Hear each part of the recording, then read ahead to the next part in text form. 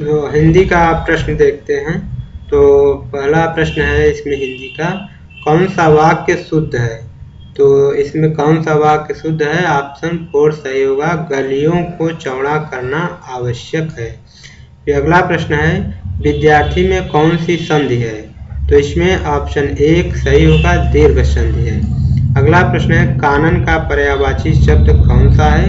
तो सही option 4 one होगा, वन जंगल कानन। वाक्य विग्रह का अर्थ है?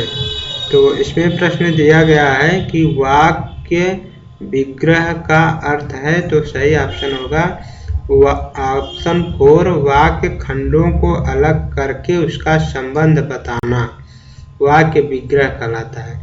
अगला प्रश्न है, बिनु पग चले सुने बिनु काना कर बिनु कर्म करे विधि जाना, इन पंक्तियों में प्रयुक्त अलंकार कौन सा है? तो सही ऑप्शन ए विभावना अलंकार है।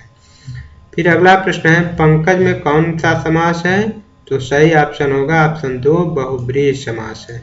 फिर अगला प्रश्न है, अयोगवाह कहा जाता है?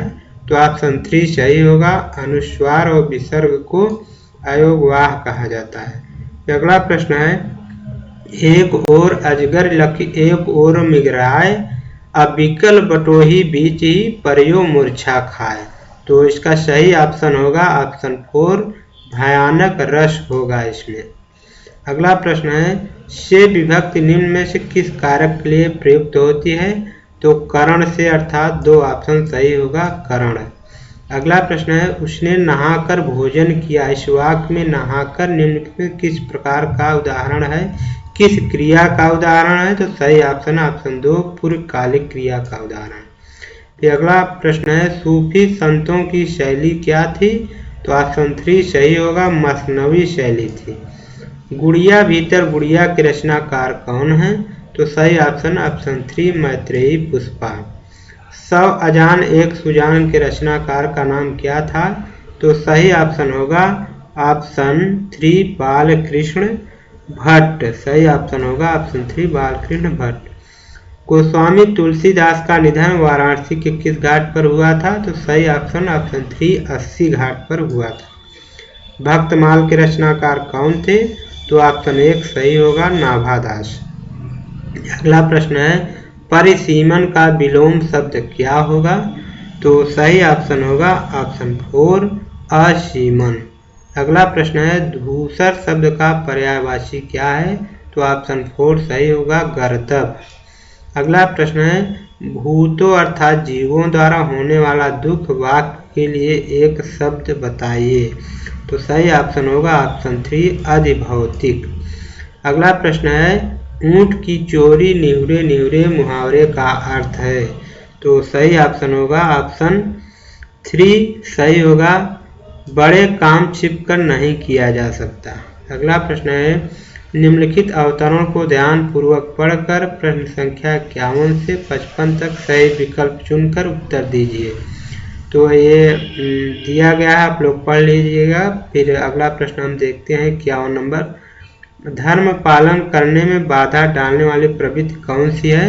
तो सही होगा, कमजोर मन, उद्देश्य का निश्चित न होना तथा चंचल मनोवृत्ति का होना। ऑप्शन ए सही होगा। अगला प्रश्न है, संसार के बड़े बड़े लोगों ने सबसे श्रेष्ठ माना है? तो क्या माना है? ऑप्शन 2 सही होगा, अपने कर्तव्य को श्रेष्ठ माना है। अगला प्रश्न है, निर्बल शब्द में उपसर्ग और प्रत्यय का सही विकल्प है? तो ऑप्शन ए सही होगा, निर्धन बल धनता बराबर निर्बलता। कायर की भाववाचक संज्ञा क्या होगी? तो सही ऑप्शन होगा ऑप्शन 2 कायरता। अपना मतलब निकालने वाले के लिए उचित शब्द क्या होगा? तो सही ऑप्शन होगा ऑप्शन 1 स्वार्थी। अगला प्रश्न है, निम्नलिखित में वाचन शिक्षण की विधि नहीं है? तो सही ऑप्शन होगा ऑप्शन 4 व्याख्या विधि। अगला प्रश्न है, निम्नलिखित में अभिवृत्त्यात्मक उद्देश्य है? तो सही ऑप्शन होगा ऑप्शन 2 भाषा और साहित्य में रुचि। अगला प्रश्न है, हिंदी साहित्य के इतिहास के संबंध में modern vernacular literature of Hindustan किसने लिखा? तो सही ऑप्शन होगा ऑप्शन 4 गारसा द ताशी ने लिखा था।